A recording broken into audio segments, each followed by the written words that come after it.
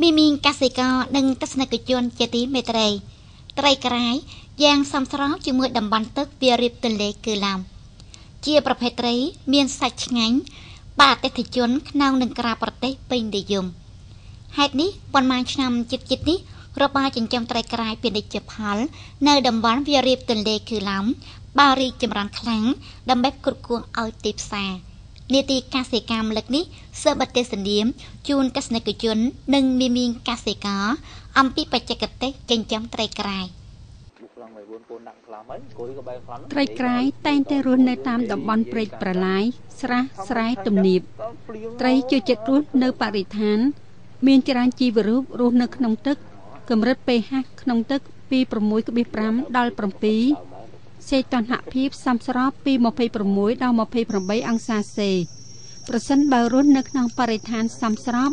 ไตรไอโรบานจีงดับฉน้ำหอยขนาดอาจีงกายซับซังตีเมตร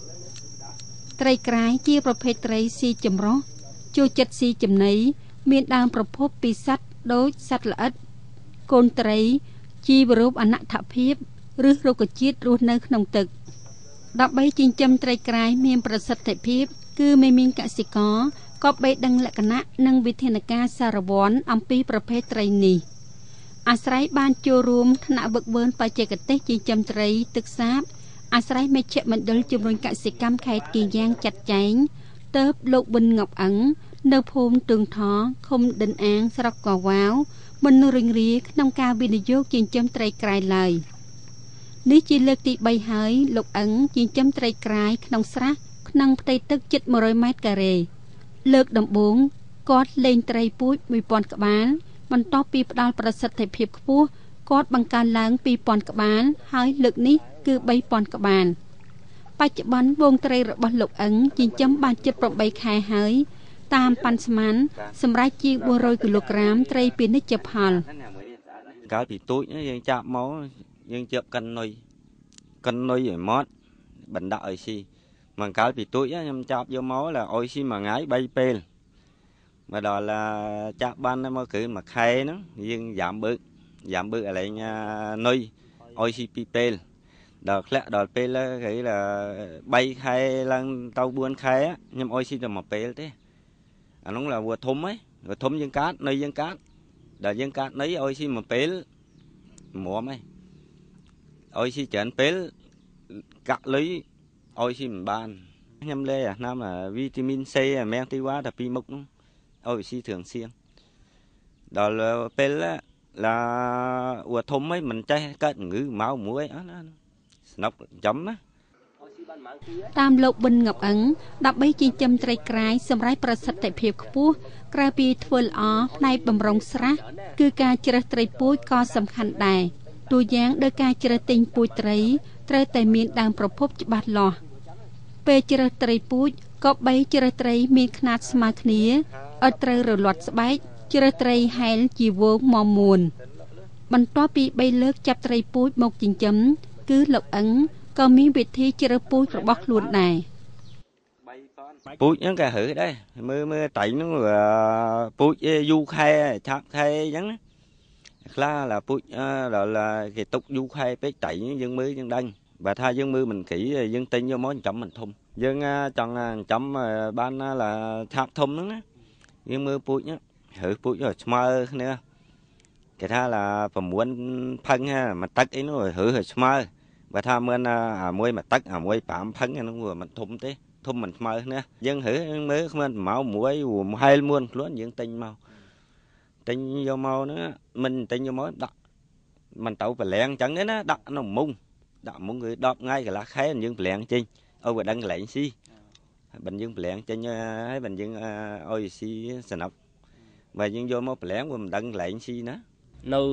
phum sọc đền an những miền chỉ trơn miền cả sĩ con chỉ chăm tây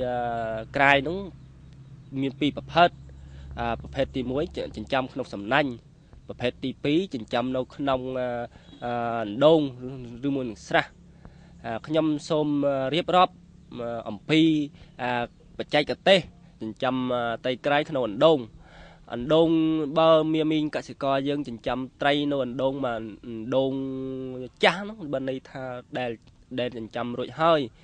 មានយើងធ្វើយ៉ាងណាក៏បីចាប់អារម្មណ៍ទី1គឺទំនប់ទី2គឺថាមានទឹកចាញ់ចូលឲ្យបានល្អទី3ទៀតគឺថាត្រូវតែចាប់រូងក្តាមកុំឲ្យទឹកចាញ់ចូលធ្វើឲ្យដូងយើងទុកទឹកមិនបានល្អបើមានយើងបាច់ទឹកគោកហើយមានយើងត្រូវតែបាច់កំបោរសមានរូបមន្តនោះថា CAO នោះយើងប្រើថាពី15ដល់20គីឡូក្នុងលើ100ម៉ែត្រការ៉េណាយើងបាច់នៅបាតស្រះលើភ្លឺយើងបាច់កុំអោយវាមានជាតិជូរហូរចុះចំពោះបាត់ផុកនៅក្នុងអណ្ដូងនោះមានត្រូវតែ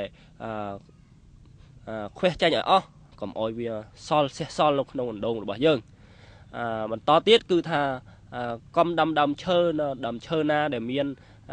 បែកមែកសាខានោះវាគ្របដណ្ដប់វានៅលើផ្ទៃទឹករបស់យើងនោះវាធ្វើឲ្យដូងចិញ្ចឹមយើងវាខ្វះនៅអូស៊ីបន្តទៀតគឺថាត្រូវតែមានអញ្ចងបាំងព័ទ្ធជុំវិញកុំឲ្យសត្វកែបដូចថាកែបឬមួយតែកាញ់អញ្ចឹងគេមេឃភ្លៀងវាតែកាញ់វារាឡើងវាចូលនៅក្នុងអណ្ដូងរបស់យើងវាយាដល់អាលែងសត្វតៃពូជរបស់យើងទៀតមុននឹងបន្លែងត្រីនោះមានយើងត្រូវតែបឺមទឹកចូលពី7ដល់10ថ្ងៃទៅនឹងបន្លែងត្រីត្រូវតែកម្ចាត់សត្វល្អិតដូចតែតៃសត្វតៃយាយីនោះដូចថាតៃតក់តៃកាញ់អញ្ចឹងយើងត្រូវតែប្រើរឹសកាមេរពី6.5ដល់2គីឡូក្នុង100ម៉ែត្រការ៉េទឹកបឺមចូលត្រូវមានទៅវាស់កម្រិត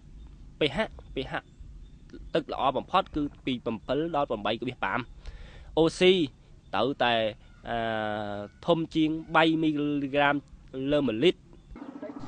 មុននេះជាតិប្រុស3ខែលោកយិនតេនៅឃុំដិនអាងស្រុកកវ៉ាវ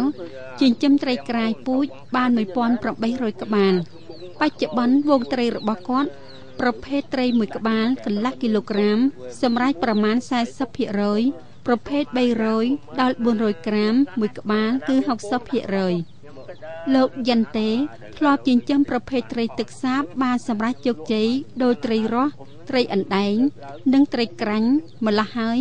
ផ្លាស់មកចិញ្ចឹមត្រីក្រាយក៏គាត់មានការងាយស្រួលជាងដែរត្រីក្រាយហ្នឹងឃើញបានតម្លៃមិនគិតដូចយោបល់នឹងគ្រួសារអញ្ចឹងខ្ញុំហៅកូនខ្ញុំទៅយាយត្រីទិញទៅមើលទេមិនហ្មងទៅមើលដាក់លុយទៅតាមអញ្ចឹងទៅមើលទៅឃើញគេញើសច្រើនហើយសួរទិញគេហ្នឹង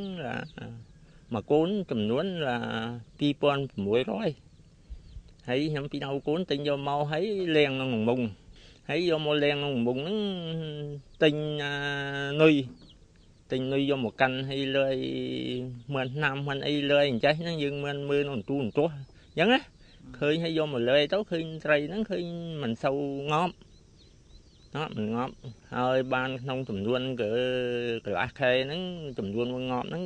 បាន40ម៉ានកូនទេងាប់ឃើញតិចអញ្ចឹងឃើញបានផលដែរហើយចេះដាក់ក្នុងមុងញើសទៅបានមួយចំនួនមួយខែកន្លះហ្នឹងមិនយកចុះក្នុងដៀវវិញអាស្រ័យថែទាំនិងគ្រប់គ្រងល្អទើបវងត្រីរបស់លោកយិនតេមិនសូវត្រូវបង្ខាត់ទេក្រៅពីឲ្យស៊ីគ្រប់គ្រាន់គាត់តែងតែពិនិត្យភ្លឺទំនប់ជៀសវាងការបង្ខាត់ក្រោយពេលចិញ្ចឹមបានសម្រេចជោគជ័យលើកនេះលោកតេគិតភ្ញាស់ពូជត្រីក្រាយដើម្បីផ្គត់ផ្គង់ឲ្យបងប្អូនជិតខាងរួមគ្នាចិញ្ចឹមដូចនេះខ្ញុំចិញ្ចឹមបានមួយចំនួនធំនេះខ្ញុំគិតលក់ខ្លះហើយដើម្បីទុកអាធំហ្នឹងអាណាមេមូលអីរើសឡើងដល់ដើក្រោយញើសឯងបាត់អីកូនមិនមែនទៅរៀនអស់2លើបហើយញើសត្រីស្លាតហ្នឹងឯងដូចហ្នឹងមិនគិតញើសត្រីស្លាតត្រីណែងតនត្រីទុកអីហ្នឹងដើម្បីយើងលក់ឲ្យបងប្អូនចិត្តខាងយើងក្នុងសង្គមភូមិហ្នឹងដើម្បីចិញ្ចឹមរយៈពេលលេងត្រីពូជគឺពេលព្រឹកព្រលឹមឬពេលល្ងាចត្រជាក់គឺល្អបំផុត មុនពេលលេងត្រីមានកសិករក៏បីត្រាំស្បោងដាក់ត្រីក្នុងស្រះពី15ដល់20នាទីដើម្បីជៀសវាងកុំឲ្យត្រីពុលទឹកដោយសារផ្លាស់ប្ដូរបរិស្ថាននិងសីតុណ្ហភាពតាមធម្មតាមានយើងចិញ្ចឹមគឺថាពី10ក្បាលក្នុង1ម៉ែត្រការ៉េគឺល្មមកុំថាបលែងច្រើនពេកដល់ច្រើនពេកទៅវាមានយើងគ្រប់គ្រងវាមិនម៉ត់ចត់វាធ្វើឲ្យតៃនោះវាមិនធំចាំយូរថ្ងៃយូរខែវាមិនបានធំតែក្រាយនោះមិនដូចថាតៃផ្ទុកតៃគេកាញ់ផ្សេងតៃកាញ់ផ្សេងទេយើងថាទិញយកមកយើងត្រូវមានសំណាញ់ដូចចាំសំណាញ់តៃតុកគេចាំតាមបែកអញ្ចឹងមានទំហំពី15ដល់20ម៉ែត្រអញ្ចឹងយើងបោះនៅដងរបស់យើងហើយយើងប្រឡែងចូលក្នុងសំណាញ់របស់យើងពី10ដល់20ថ្ងៃទៅយើងប្រឡែងចូលដងរបស់យើងតៃហ្នឹងវាមានសំខាន់បញ្ហាដូចនេះថាបងប្អូនយើងដល់ប្រឡែងចូលក្នុងកណ្ដងភ្លាមហ្នឹងយើងវានៅតូចយើងមិនបានមើលវាម៉ត់ចត់ណាយើងពិបាកឲ្យវាស៊ីទៀតចំណីឲ្យត្រីស៊ីសំខាន់គឺប្រើប្រាស់ចំណីស្រស់ដោយត្រីចម្រុះខ្យងហោងលឿងជាដើមអាចប្រើប្រាស់ចំណីក្របឬចំណីឆ្នៃក៏បានដែរប៉ុន្តែត្រីមុខតែក្រធំជាងបើប្រើប្រាស់ចំណីស្រស់មួយថ្ងៃអាចត្រីស៊ី2លើកដោយសារត្រីសកម្មភាពខ្លាំងនាពេលយប់ម្ល៉េះហើយពេលព្រឹកឲ្យស៊ីតែ1/3នៃចំណីកំណត់ពេលល្ងាចគឺ2/3នៃចំណីកំណត់ក្នុងមួយថ្ងៃបរិមាណចំណីស្មើពី15ដល់20%នៃទម្ងន់ត្រីចិញ្ចឹមដំណាក់កាលពី1ខែដល់3ខែពីខែទី3ដល់ខែទី10ឲ្យស៊ីពី10ដល់20%